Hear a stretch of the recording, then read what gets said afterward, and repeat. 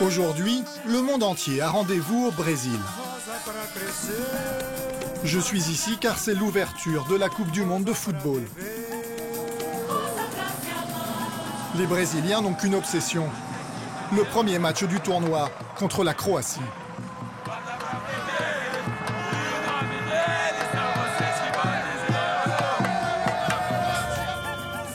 Mais malheureusement pour moi, aujourd'hui, je ne vais pas au stade. Bonjour, comment ça va? Très bien, bienvenue. Merci. En fait, je suis au Brésil pour rencontrer les hauts dirigeants de la FIFA. Ça, c'est de l'accueil.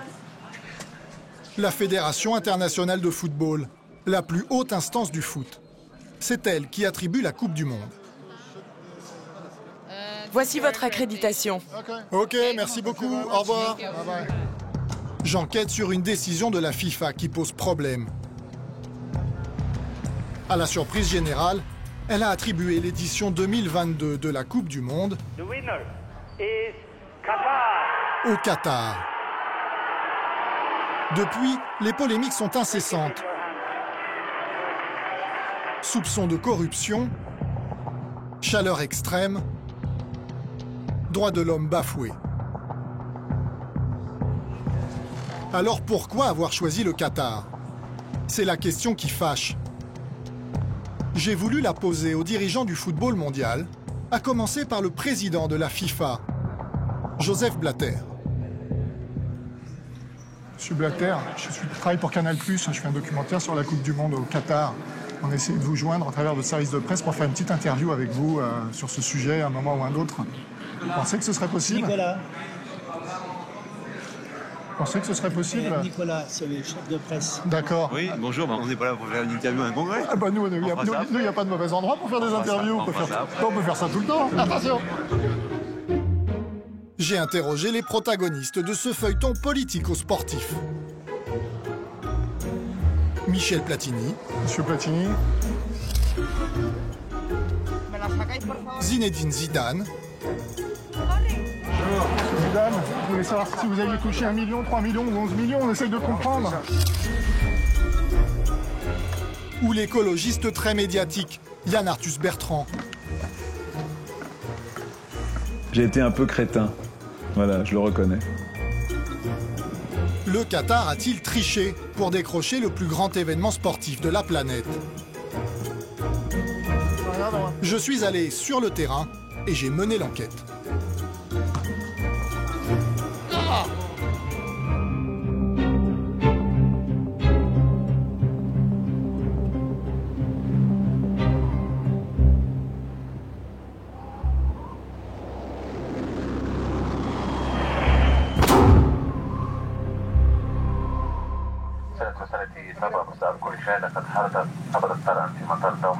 Pourquoi la Coupe du Monde au Qatar suscite-t-elle tant de polémiques? Pour enquêter, je décide d'aller sur place. Après 6 heures de vol, j'atterris dans le golfe Persique. Bienvenue au Qatar. La majorité du pays est un désert. La plupart des habitants vivent dans une seule ville, Doha. L'émirat a fait fortune grâce à d'immenses réserves de gaz.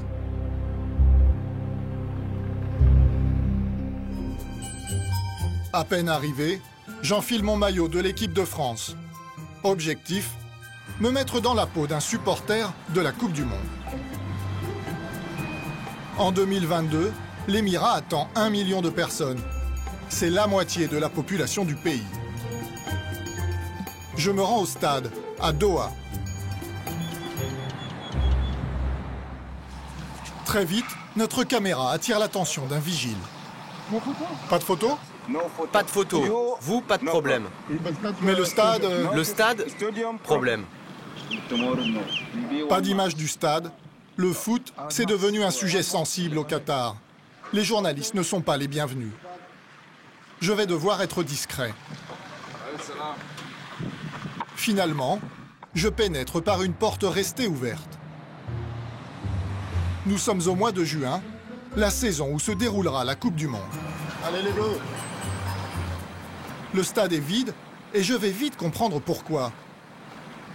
La chaleur est insoutenable. C'est chaud. C'est très chaud. Mon thermomètre affiche 47 degrés. Et il n'est que 11 heures du matin. Dans 2 heures, ce sera pire. En cette saison, je ne suis pas prêt de voir le moindre match, comme me l'explique un employé. Pas de match pendant 2 mois. 2 mois sans match? Non. Pourquoi? Le soleil, trop chaud. À cause de la chaleur, le championnat du Qatar s'interrompt pendant l'été. Or, la Coupe du Monde se joue toujours en juin-juillet. Cela s'annonce compliqué pour les joueurs, mais aussi pour les spectateurs. Que feront-ils entre les matchs de la Coupe du Monde 2022? Certainement pas du sport, en tout cas. Moi, je n'ai pas tenu 1 minute.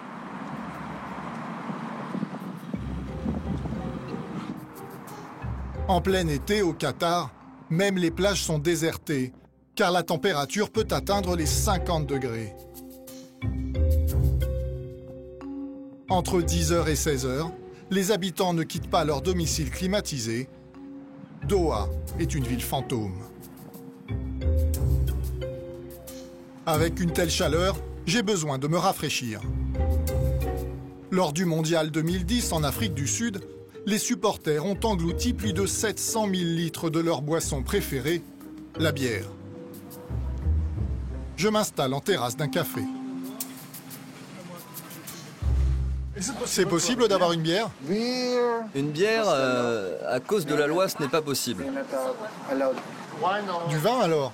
Ici, le gouvernement nous l'interdit. Vous pouvez boire à l'intérieur des hôtels. Merci. Au Qatar, on pratique un islam très rigoureux.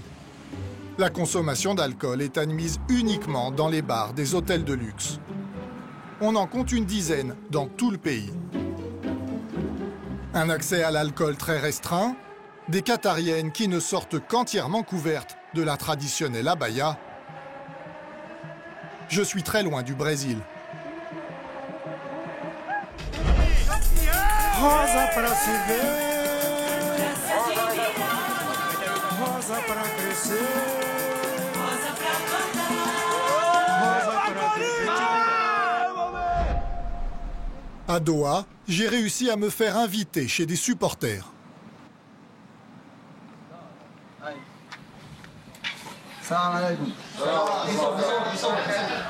Voici Mansour, 25 ans.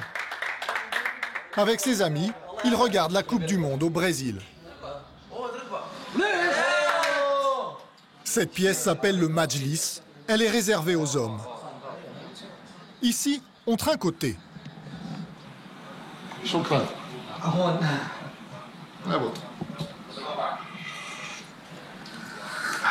Le match du jour, c'est Colombie-Côte d'Ivoire.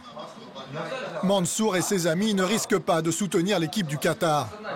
Classée aux alentours de la 100e place mondiale, l'Émirat n'a jamais réussi à se qualifier pour la Coupe du Monde. Mais en 2022, le Qatar sera enfin en phase finale, en tant que pays organisateur. Le baptême risque d'être rude. Voici l'équipe nationale des jeunes en pleine action.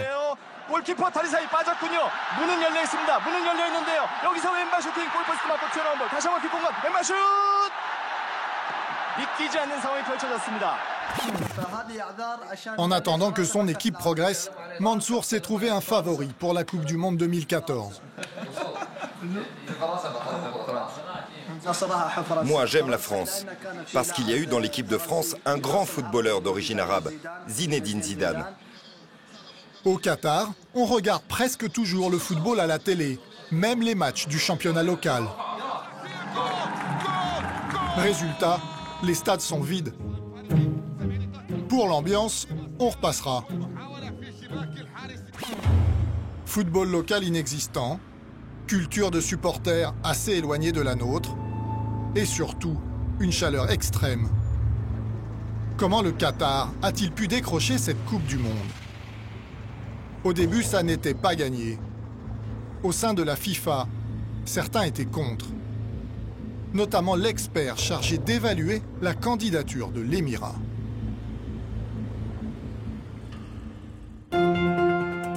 On le voit ici au Qatar, lors de sa visite d'inspection, 3 mois avant le vote. Il s'appelle Harold Main-Nichols.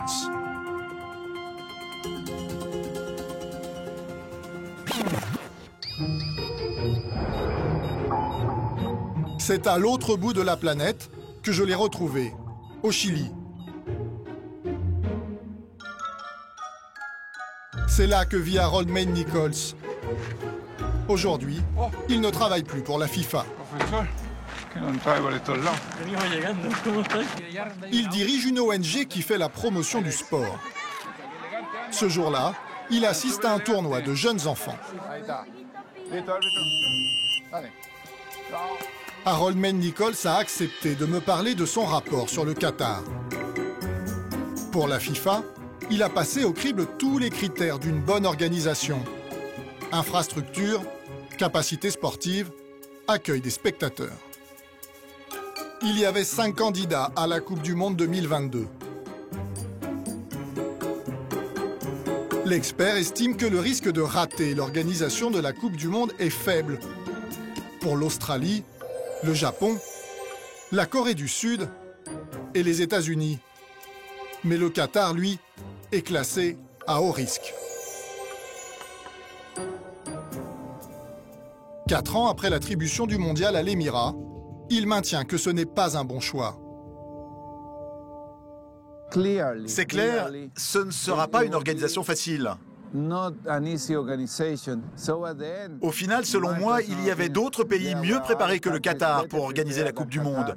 Le Qatar était en 5e position.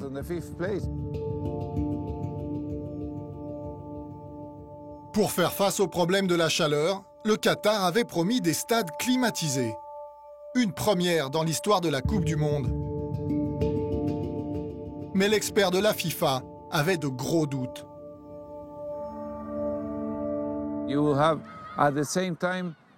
Vous allez avoir 32 équipes qui s'entraînent en même temps. Que se passera-t-il si le système tombe en panne? Si soudain vous passez de 22 degrés à 40 degrés? Vous ne pourrez plus vous entraîner et cela amènera de nombreux problèmes pour toute l'équipe. Et puis, il y a le problème des supporters.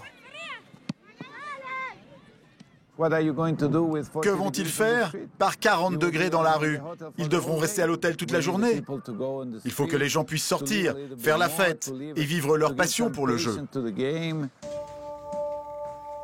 La FIFA n'a pas tenu compte de ce rapport.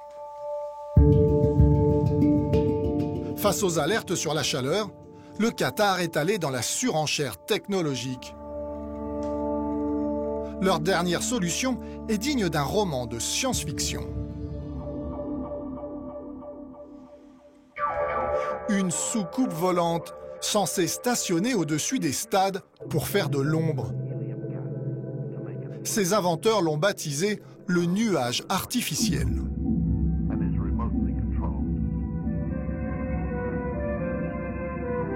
In this way, the cloud hovers over the football ground, shielding it from direct sunlight and providing a favorable climatic environment. À l'époque, l'étonnante trouvaille fait le buzz. That's pretty cool, right? They're the size of a jumbo jet and they are made from lightweight carbon fibers. Pour savoir où en est cette merveilleuse invention, le nuage artificiel, j'appelle l'universitaire à l'origine de sa conception, le professeur Saoud Abdul Ghani, de l'Université du Qatar.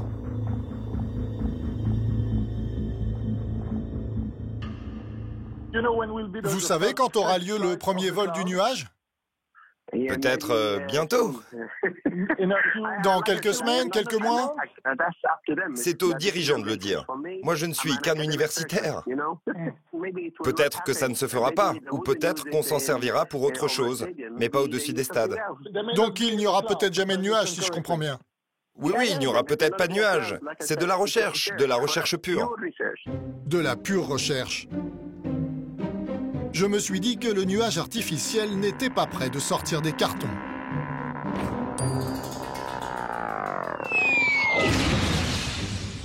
D'ailleurs, 3 ans après l'attribution, face à la chaleur, la FIFA sort une autre solution de son chapeau. Déplacer les dates de la compétition de l'été à l'hiver. Une décision qui fait des mécontents. Parmi eux, Alain Courtois. Il a piloté la candidature de la Belgique pour la Coupe du Monde 2018. Mais je regrette. Le Qatar a gagné sur un dossier. Dans ce dossier, il était clairement mis qu'on jouerait en été. On n'a jamais dit qu'on jouerait en hiver. À ce moment-là, quelqu'un pourrait dire « Je suis désigné, mais je vais changer les stades. » Ou plutôt que jouer uniquement chez moi, je vais jouer dans le pays voisin aussi. Il faut changer ce pourquoi vous avez été désigné. Vous comprenez ce que je veux dire? OK, mais jouez là en hiver.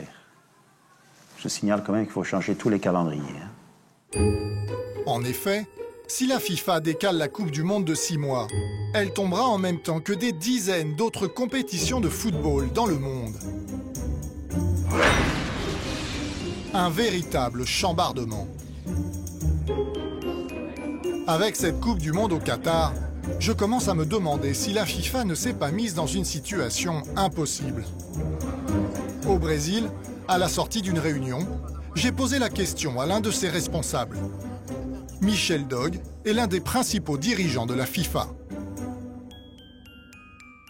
Est-ce qu'on n'a pas pris aujourd'hui entre deux mauvaises options? Soit on joue l'été avec le problème de la chaleur, soit on joue l'hiver et ça bouleverse tous les calendriers. Il y a plein de gens qui sont contre. De toute façon, à chaque chose, il y a une médaille et un revers. Ça, c'est tout à fait sûr. Il y a toujours des avantages et des inconvénients. Là, c'est la première fois que ça atteint un tel...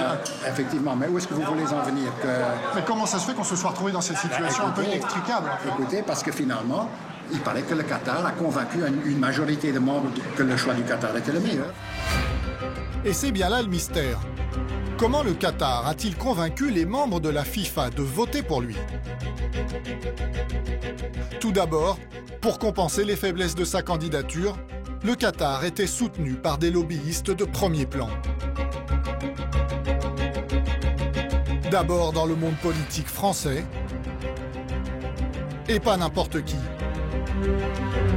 Nicolas Sarkozy, président de la République lors de l'attribution de la Coupe du Monde, il y a 4 ans. Il ne s'est pas caché d'avoir milité pour l'Émirat.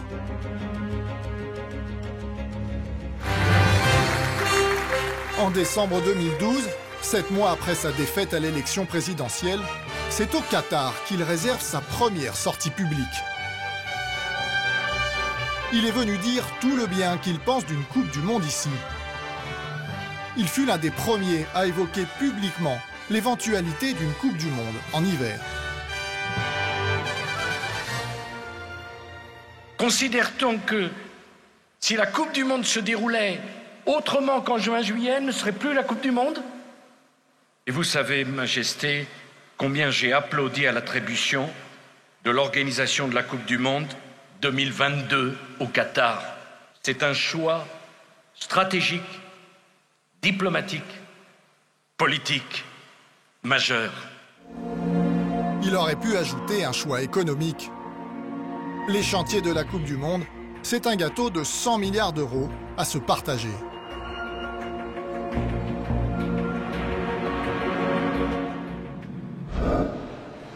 Aujourd'hui, à Paris, au Quai d'Orsay, je me suis invité au premier forum franco-qatarien dédié aux affaires. Le thème, les relations économiques entre les entreprises françaises et l'Émirat. Une centaine d'entrepreneurs français et des officiels qatariens sont reçus par le ministre des Affaires étrangères, Laurent Fabius. Lui aussi est un chaud partisan de la Coupe du Monde au Qatar.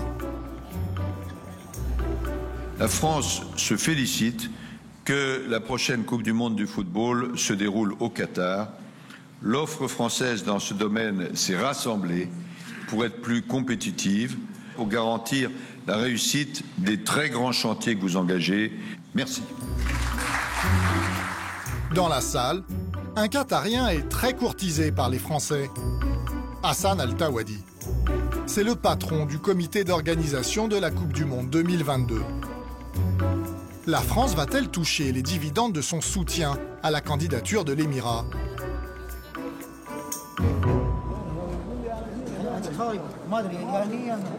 Monsieur El-Tawadi, bonjour, je suis Sylvain Pack de Canal+.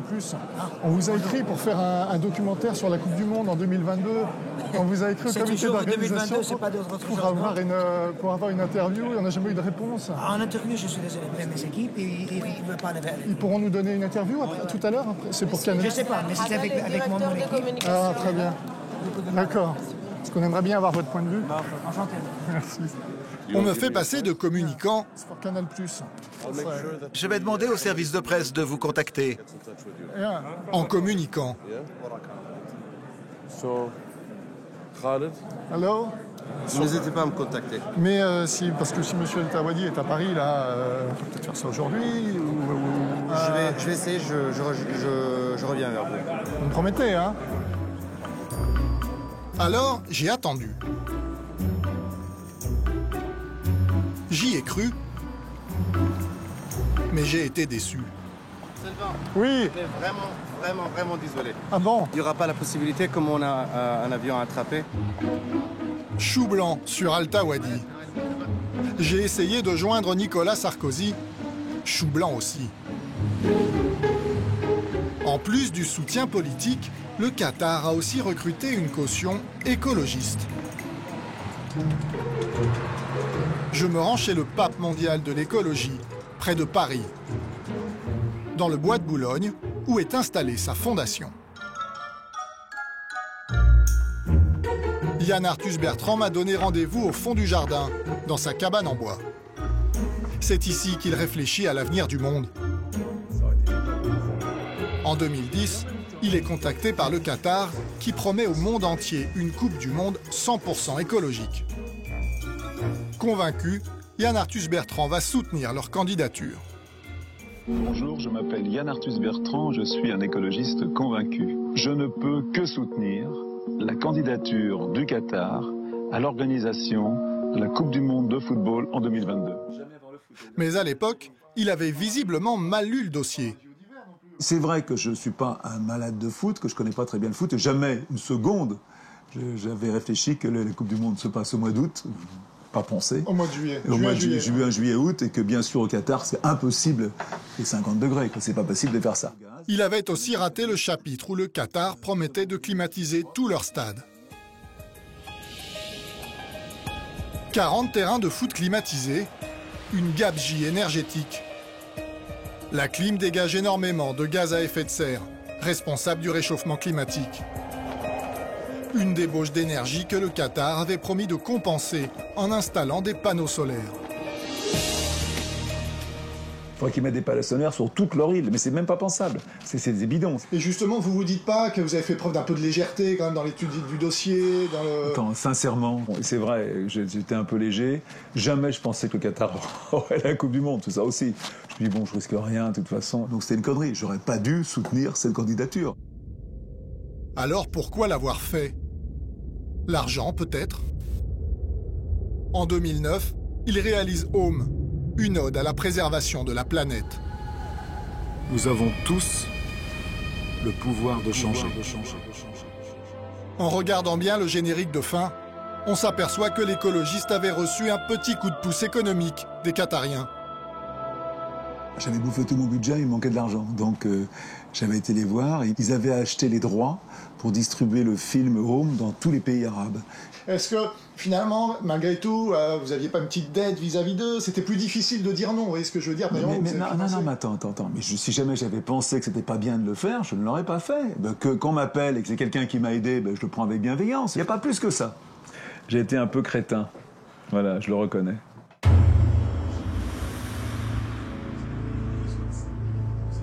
Après la caution politique et la caution écolo, les Qatariens ont dégainé leur caution sportive.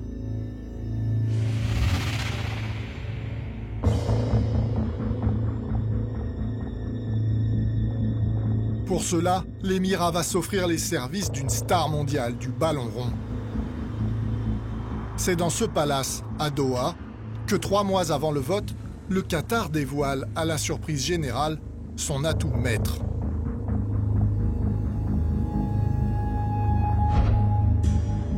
Et c'est encore un Français. La surprise, c'est dans 1 minute.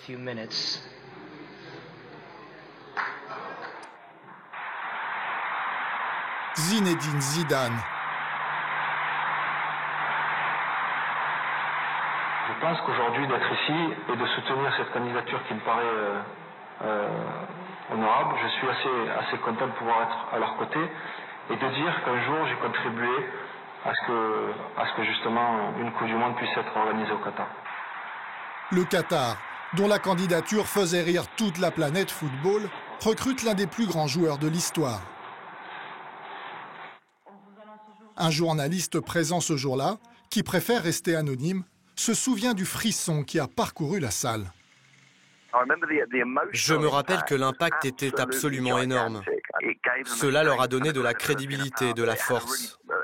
L'impact sur le moral des gens présents était absolument incroyable. Zidane va aussi tourner un clip promotionnel de plus de 5 minutes en faveur de l'Émirat. Tout est possible. En visant l'excellence, tout est possible. Certains s'étonnent du soutien de la star pour cette candidature, qui était loin d'être la plus convaincante.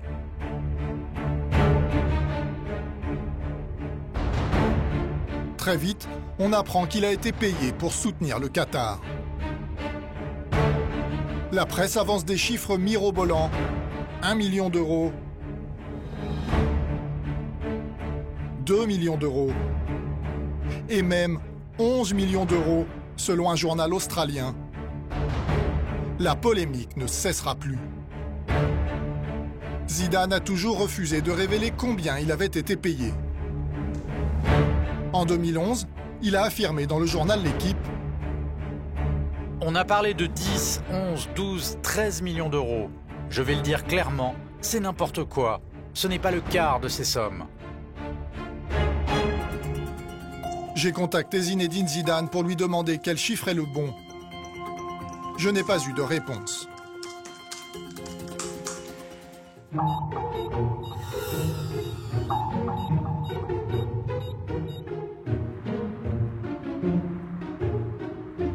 Alors je suis allé à sa rencontre, en Espagne, où il vit aujourd'hui. Je l'ai retrouvé dans un stade de 3e division espagnole, en banlieue de la capitale, Fuenlabrada. Aujourd'hui, Zidane est l'entraîneur de l'équipe réserve du Real Madrid. Soutient-il toujours le Qatar? Bonjour, M. Zidane, Canal+, une petite question. Je voulais savoir si vous soutenez toujours la candidature du Qatar avec tous les problèmes qui se sont posés. On voulait savoir si c'est... Je suis en train de faire un match là, vous avez... Ben oui, mais vous avez écrit, on n'a pas réussi à avoir de réponse. J'ai moins de succès que les chasseurs d'autographes. Et je vais encore aggraver mon cas. On a vu beaucoup de choses circuler sur l'argent, 1 million, 3 millions, 11 millions. On voulait savoir si vous aviez touché 1 million, 3 millions ou 11 millions. On essaye de comprendre. Vous êtes vraiment pas... Vous avez aucun tact en fait. J'ai écrit, monsieur. Aucun tact en fait. Jamais répondu. Vous avez aucun... C'est le seul moyen que vous venez ici pour... Je suis en train de préparer un match et en fait vous me parlez de choses. Il faut bien que je vous pose la question à vous. Je n'obtiendrai jamais de réponse.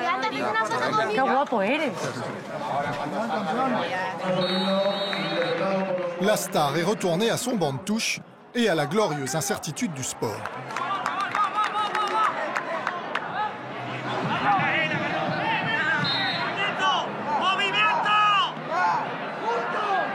Ce jour-là, son équipe s'incline 1-0. C'est sa 3e défaite d'affilée. Combien a-t-il touché du Qatar? Pour le savoir, je suis allé voir un homme qui affirme connaître la réponse. Il l'a appris un peu par hasard lors d'un procès. Je vais écrire un livre, la méthode... Cet homme, c'est le comédien Christophe Alévèque. L'oiseau, un théâtre portera mon nom. En 2011, dans une interview, il avait violemment critiqué Zidane. Il l'avait traité de pute pour son soutien au Qatar. Zidane lui a fait un procès pour injure. Alévèque a été condamné. Selon lui, lors du procès, Zidane a reconnu avoir touché 11 millions d'euros. Moi, la première fois que je l'ai entendu dire vraiment qu'il avait touché les 11 millions d'euros, c'est au tribunal, devant un des juges qui lui a posé la question, clairement, et où il a dit oui. Donc là, vous vous souvenez l'avoir entendu dire « j'ai touché 11 millions d'euros ». Ah, mais c'est clairement, nettement entendu dire qu'il avait touché cet argent.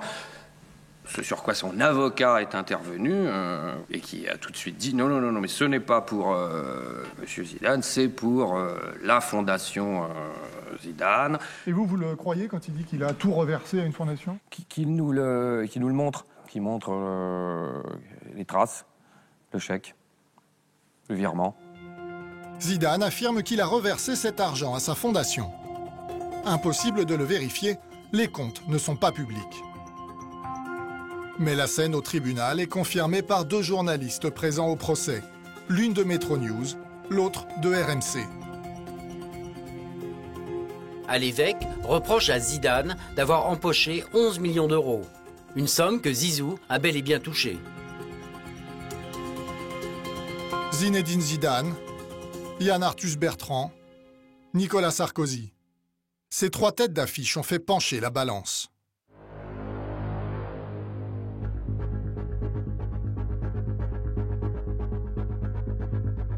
Alors que j'enquête, une autre polémique éclate.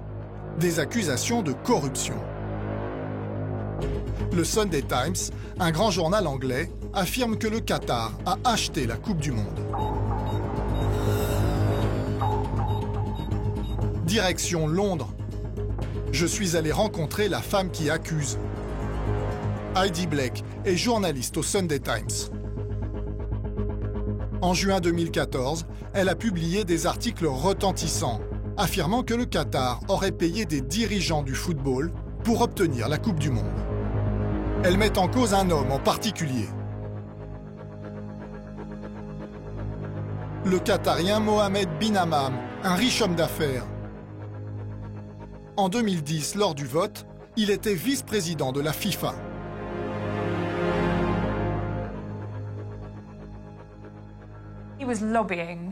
Il faisait campagne pour la Coupe du Monde au Qatar. Pendant cette campagne, il a fait un nombre exorbitant de paiements secrets à des dirigeants du football dans le monde, surtout en Asie et en Afrique. Certains versements étaient clairement liés au soutien pour la candidature du Qatar. La journaliste s'est procuré des documents montrant entre autres des versements d'argent.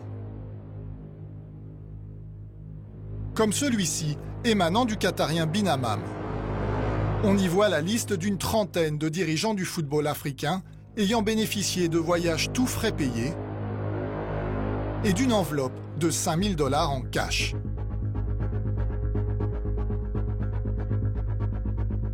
La première de la liste est à l'époque présidente de la Fédération de football du Burundi, Lydiane Sekera.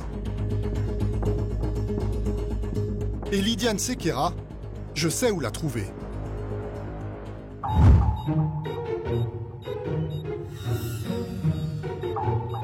Retour au Brésil, à Sao Paulo.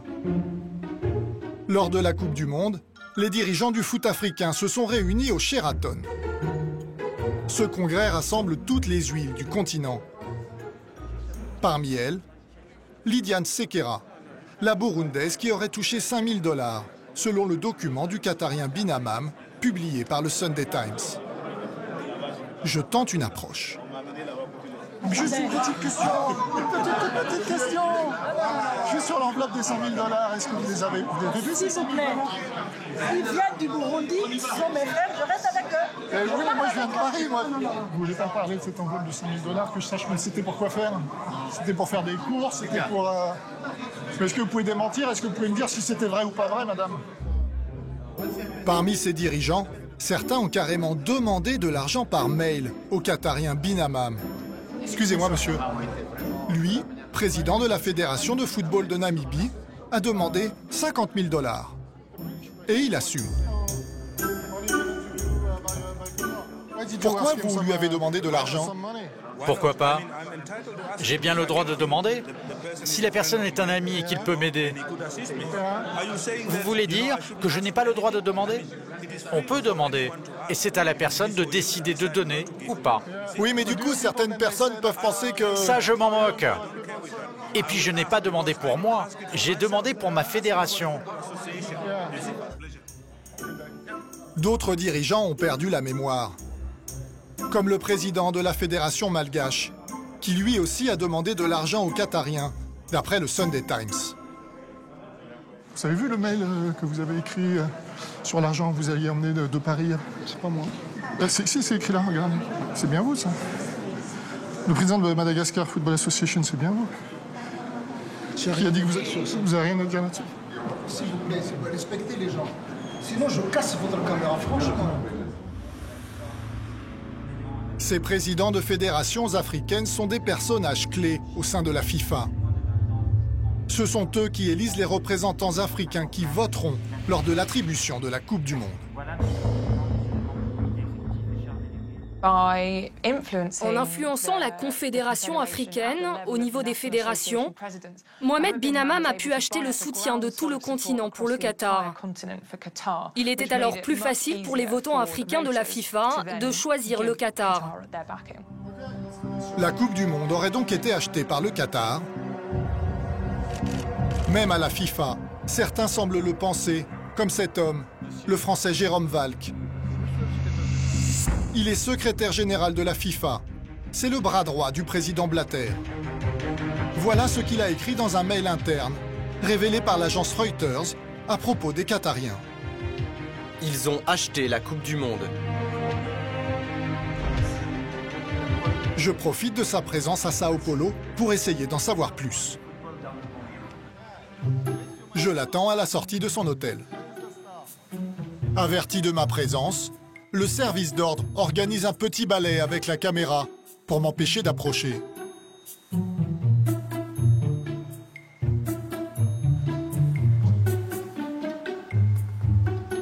Monsieur Valcke, petite question pour Canal+. Est-ce que vous pensez vraiment que le Qatar a acheté la Coupe du Monde comme vous l'avez écrit dans un mail? Est-ce qu'il suffit d'avoir de l'argent pour acheter la Coupe du Monde, monsieur Valcke? Combien ça coûte une Coupe du Monde, monsieur Valcke? Après la révélation de son mail, Jérôme Valcke a précisé qu'il ne faisait pas référence à la corruption, mais seulement à la puissance financière du Qatar, qui lui aurait permis de mener avec succès sa campagne.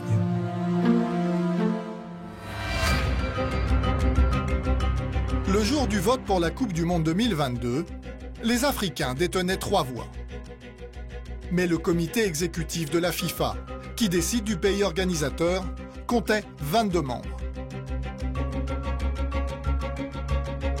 Il fallait obtenir la majorité pour l'emporter, soit 12 voix. Les Qatariens auraient aussi bénéficié des votes de la Confédération asiatique, dont ils font partie. 4 voix. 4 plus 3 égale 7, cela ne suffit pas. Qui d'autre a voté pour eux? Impossible de l'affirmer, le vote est secret. Ce que l'on sait, c'est qu'au final, ils décrocheront 14 voix sur 22, un véritable plébiscite. Ces hommes qui ont voté pour le Qatar, j'ai pu les approcher lors de mon voyage au Brésil. Me voici dans le Saint des Saints, l'ONU du football, le congrès de la FIFA. À la tribune, les membres du comité exécutif réunis autour de leur président Joseph Blatter, qui désigne les pays hôtes du mondial. La dernière édition a rapporté 3 milliards d'euros à la FIFA. Le football, ce n'est pas qu'un jeu. Je ne sais pas si c'est une bonne chose ou pas, mais c'est devenu un business de plusieurs milliards de dollars. Un seul membre du comité exécutif a reconnu publiquement avoir voté pour le Qatar. Je vais tenter de le rencontrer. Ça ne va pas être facile. C'est un Français, vice-président de la FIFA et président de la Confédération européenne. Une gloire nationale, Michel Platini. Je veux lui demander pourquoi il a voté pour l'Émirat, le candidat qui avait le plus mauvais dossier. 2 soupçons entourent son vote.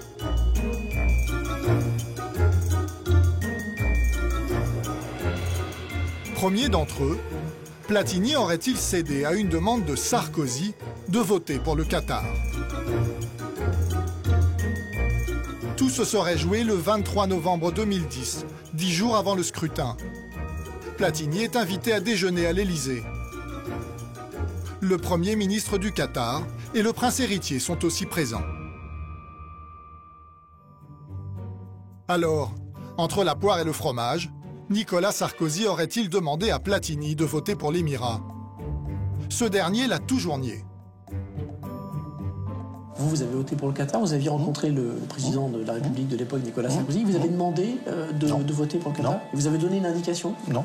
Enfin, il m'a donné une indication, oui, parce que quand je suis arrivé au déjeuner à l'Élysée, il y avait l'émir du Qatar et le Premier ministre. Donc j'ai fait comprendre que c'était un message un peu subliminal. Mais jamais il m'a demandé de voter, non. On ne demande pas à quelqu'un de voter pour quelqu'un. Pas très subliminal quand même le message. Non, pas très subliminal. J'ai vu avec des gros yeux, j'étais surpris parce que je ne m'attendais pas du tout. Et, bon, d'accord. Mais bon, il ne m'a pas demandé, non. Pour expliquer son vote, il affirme qu'il souhaitait offrir au Moyen-Orient sa première Coupe du Monde. Mais un an après son choix, un nouveau rebondissement alimente les soupçons. Son fils Laurent, juriste du sport, est recruté par le Qatar. Il dirige aujourd'hui une marque de sport qui appartient à l'Émirat. Platini conteste avoir voté pour le Qatar en échange d'une embauche pour son fils. Michel Platini a refusé mes demandes d'interview. Je l'ai retrouvé dans l'hôtel de la FIFA, à Sao Paulo. J'aimerais savoir si son vote pour le Qatar a été influencé. Monsieur Platini, je peux vous poser une question pour Canal+. Vous pensez qu'on pourrait avoir une petite interview sur le Qatar un de ces jours? Pour notre doc sur le Qatar? Alors, vous coupez ça déjà. On fait un doc sur le Qatar. J'ai rien à dire. De quoi vous dites que je parle? J'ai dit que j'ai déjà expliqué 10 fois que j'ai voté pour le Qatar et que personne ne m'a influencé. Voilà, je suis à sac d'idées. À sac d'idées. D'accord. Non, mais il y a des trucs sur les investigations maintenant. Comment on fait des investigations? C'est pour quelle émission? Spéciale investigation. Voilà. Bon, on ne saura jamais alors. Et si j'ai voté pour le Qatar? Pour comprendre.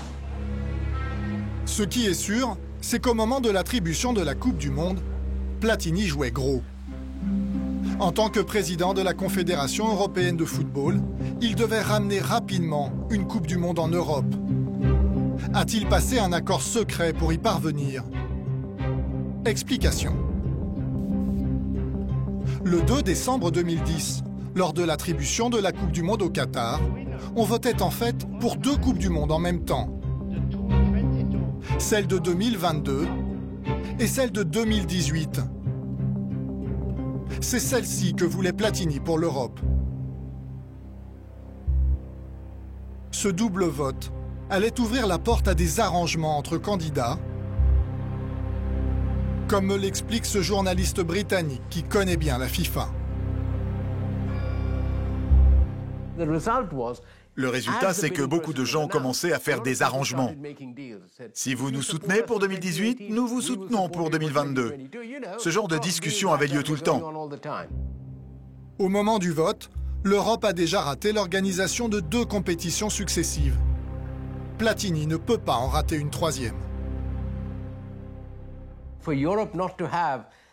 Pour l'Europe, ne pas avoir la Coupe du Monde tous les 8 ans, ou au moins tous les 12 ans, ce n'est pas une bonne chose. En 2006, c'était l'Allemagne. En 2010, c'était l'Afrique du Sud. En 2014, le Brésil. Donc ça commençait à faire long pour l'Europe. S'il ne réussissait pas, les gens lui auraient dit « Mais qu'est-ce que tu fais, Platini? Tu es le chef de la Confédération européenne. » Il aurait pu perdre son job dans cette affaire. Avant le vote, Michel Platini a lui-même avoué des tractations en coulisses lors d'une interview à un journaliste de l'agence Bloomberg. Celui-ci écrit « Michel Platini dit qu'il essaie de parvenir à un deal pour obtenir la Coupe du Monde 2018 en Europe. Il a parlé à d'autres présidents de confédérations pour leur demander de se retirer en échange de son soutien pour 2022. Quand le journaliste demande à Platini avec qui il négocie, celui-ci répond « C'est de la politique, et la politique, c'est secret. »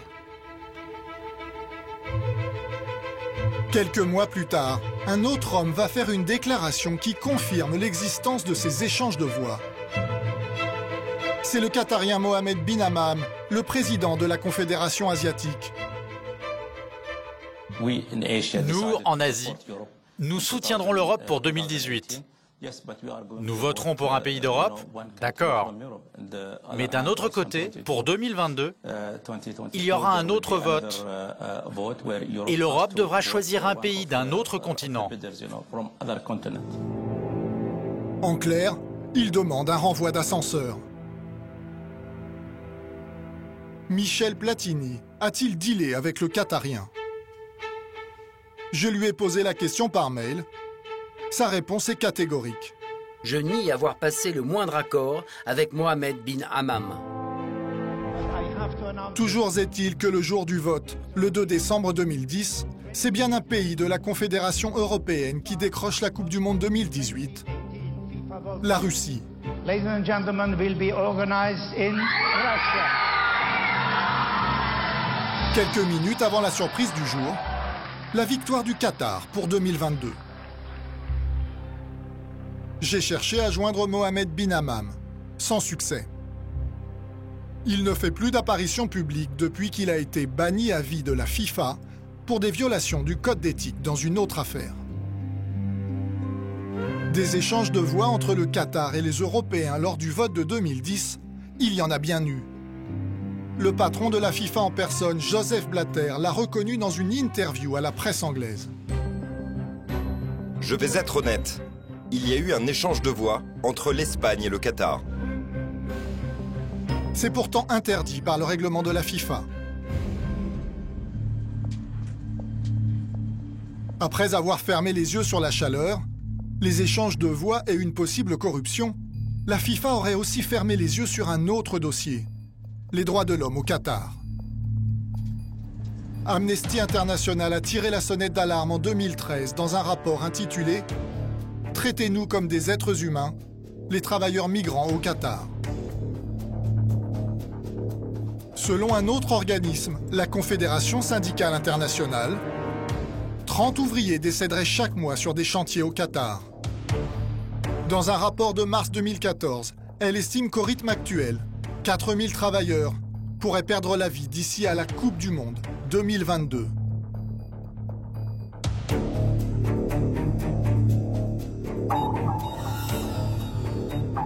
Direction Berlin. C'est là que la Confédération syndicale internationale tient son 3e congrès mondial. L'un des invités vedettes est un footballeur, Abdeslam Ouadou. Ça va? Ça va. Il a joué au Qatar en 2012. Il a constaté les traitements infligés aux travailleurs étrangers.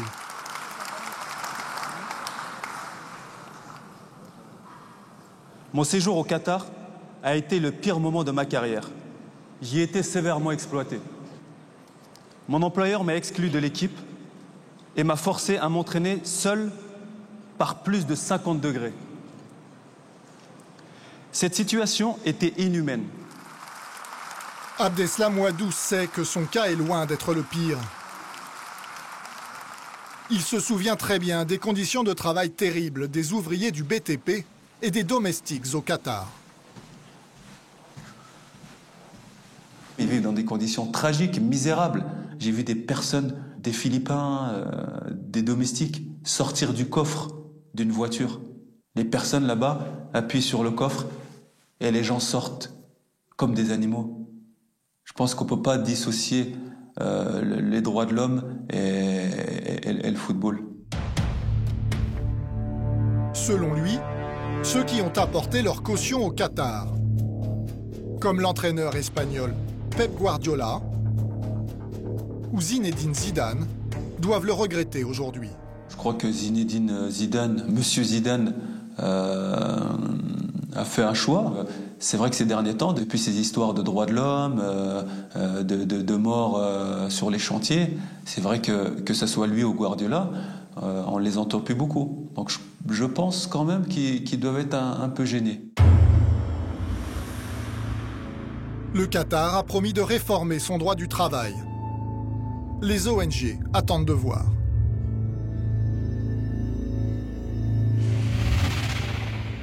Face à l'ensemble des problèmes qui assombrissent le dossier du Qatar, la FIFA a lancé une enquête interne sur les votes des Coupes du Monde 2018 et 2022.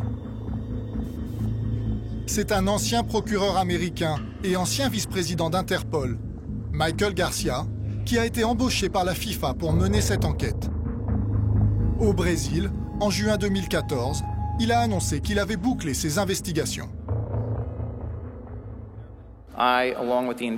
J'ai interrogé, avec mon adjoint de la Chambre d'investigation indépendante de la FIFA, les représentants de toutes les candidatures à la Coupe du Monde, ainsi que tous les membres de la FIFA qui ont voté en 2010. Il a remis un rapport de 300 pages sur les votes des Coupes du Monde 2018 et 2022. En cas de corruption avérée, le Qatar risquait de perdre l'organisation de l'événement. Même Michel Platini l'avait reconnu. Vous dites, ce vote a été transparent et honnête, il ne s'est rien passé de louche ou d'étrange. En ce qui me concerne, pour moi, il a été transparent, honnête. Après, je ne sais pas, il y a une enquête qui est faite, on verra. De toute façon, on l'a toujours dit, s'il y a le moindre soupçon de corruption, il y aura un nouveau vote et on partira du Qatar.